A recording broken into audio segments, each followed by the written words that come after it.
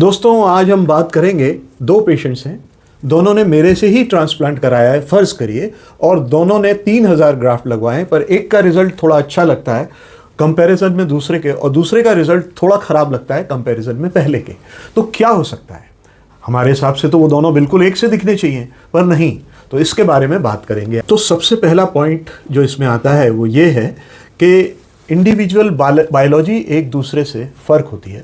मसलन कि किसी का स्कैल्प का ब्लड सप्लाई अच्छा है, किसी का माइक्रो सर्कुलेशन अच्छा है, किसी की स्किन कम थिक है, किसी की स्किन ज़्यादा थिक है, किसी की स्किन की इलास्टिसिटी अलग है, और किसी का हीलिंग का रिस्पॉन्स भी दूसरे से अलग है, और स्किन का कलर और बालों का कलर वो भी अलग है। तो अपेरेंटली वो रिजल्ट्स को अलग अलग दिखाते हैं।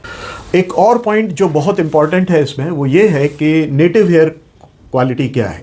नेटिव हेयर क्वालिटी का मतलब ये है कि जिस समय मैं एक बंदे का ट्रांसप्लांट कर रहा हूँ उसके बाल झड़ना रुक चुका है और अब उसके जो बाल हैं वो हेल्दी हैं, पर दूसरे बंदे के बाल अभी भी झड़ते जा रहे हैं, और जहाँ जहाँ हमने ट्रांसप्लांट किया है उसके आस पास के बाल भी मिनिचराइज होकर कमज़ोर होकर 1-2 साल में झड़ते चले जा रहे हैं। तो इससे भी रिजल्ट में फ़र्क पड़ता है। एक और बहुत इंपॉर्टेंट पॉइंट है वो ये है कि दोनों का पोस्ट ऑपरेटिव बिहेवियर कैसा है। पहले बंदे ने बहुत ज़्यादा रिलीजियसली मेरे कहे हुए हर बात को माना, उसको फॉलो किया, दूसरे ने लापरवाही करी, दवाइयों में भी लापरवाही करी, तो तब भी ऐसा फ़र्क दो रिजल्ट्स में आ सकता है। एक और फ़र्क कि बाल किसी का पतला है और किसी का बाल मोटा है, तो फॉलिकल तो उतने ही हो गए, लेकिन जो मोटे बाल हैं वो ज़्यादा घनत्व दे रहे हैं, जबकि थिन बाल जो हैं वो घनत्व उतना नंबर में उतने होने के बाद भी नहीं दे पा रहे। तो थिक बालों को डेफिनेटली फ़ायदा मिलता है। अब बात आई कि कर्ली हेयर और सीधे हेयर। जिसके कर्ली हैं उसको वो अपने कर्ली नेचर की वजह से ज़्यादा कालापन देंगे। इसके अलावा जैसा मैंने कहा कालेपन शब्द का इस्तेमाल किया, तो स्किन का कॉन्ट्रास्ट बालों के कलर से कैसा है। अगर स्किन गोरी है और बाल काले हैं तो कम दिखेंगे, लेकिन स्किन भी अगर काली है स्कैल्प की और बाल भी उसके ऊपर काले लग रहे हैं तो वो अच्छा दिखेगा। फ़र्ज़ करिए कि किसी के बाल सफ़ेद हैं और स्किन काली है तो वो ख़राब दिखेगा। तो फिर मैं कहना चाहूँगा कि एक सा रंग है, बाल भी काले रंग के हैं और स्कैल्प भी जो है थोड़े से डार्क कलर की है, तो रिज़ल्ट अच्छा दिखेगा। और अगर बाल भी थोड़े से भूरे या ग्रे कलर के हैं और स्कैल्प भी वाइट है, फेयर है, तो रिज़ल्ट अच्छा दिखेगा। इसके अलावा आपको जो चीज़ देखनी होगी वो ये है कि डोनर क्वालिटी दोनों की कैसी है। किसी का डोनर एरिया अच्छा है उतने ही ग्राफ्ट निकाले हैं, और किसी का डोनर एरिया ख़राब है उतने ही ग्राफ्ट निकाले हैं, तो भी दोनों के रिज़ल्ट्स में फ़र्क दिखाई देगा। अब हम एक इंडिविजुअल ग्राफ्ट की बात करते हैं। किसी के सर पे हमको 2 से 3 या 4 बालों के ग्राफ्ट मिल रहे हैं, और किसी के सर पे हमको 1 और 2 बालों के ही ग्राफ्ट मिल रहे हैं। आप खुद समझ जाएंगे कि जिसके ग्राफ्ट की स्ट्रेंथ 3 या 4 बालों की है उसका रिज़ल्ट अच्छा आएगा, रादर देन उसका रिज़ल्ट जिसके ग्राफ्ट की स्ट्रेंथ 1 या 2 की है।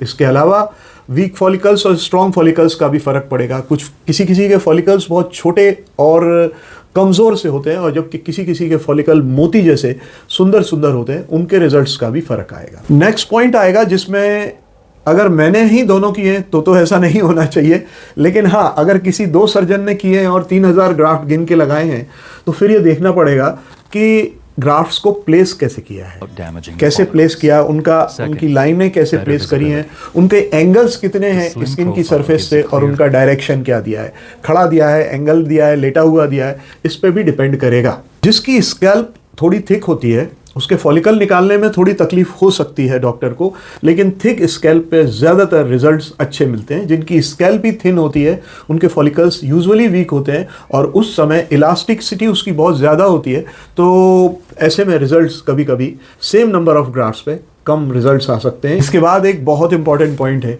एक पेशेंट स्मोक करता है, दूसरा पेशेंट स्मोक नहीं करता है।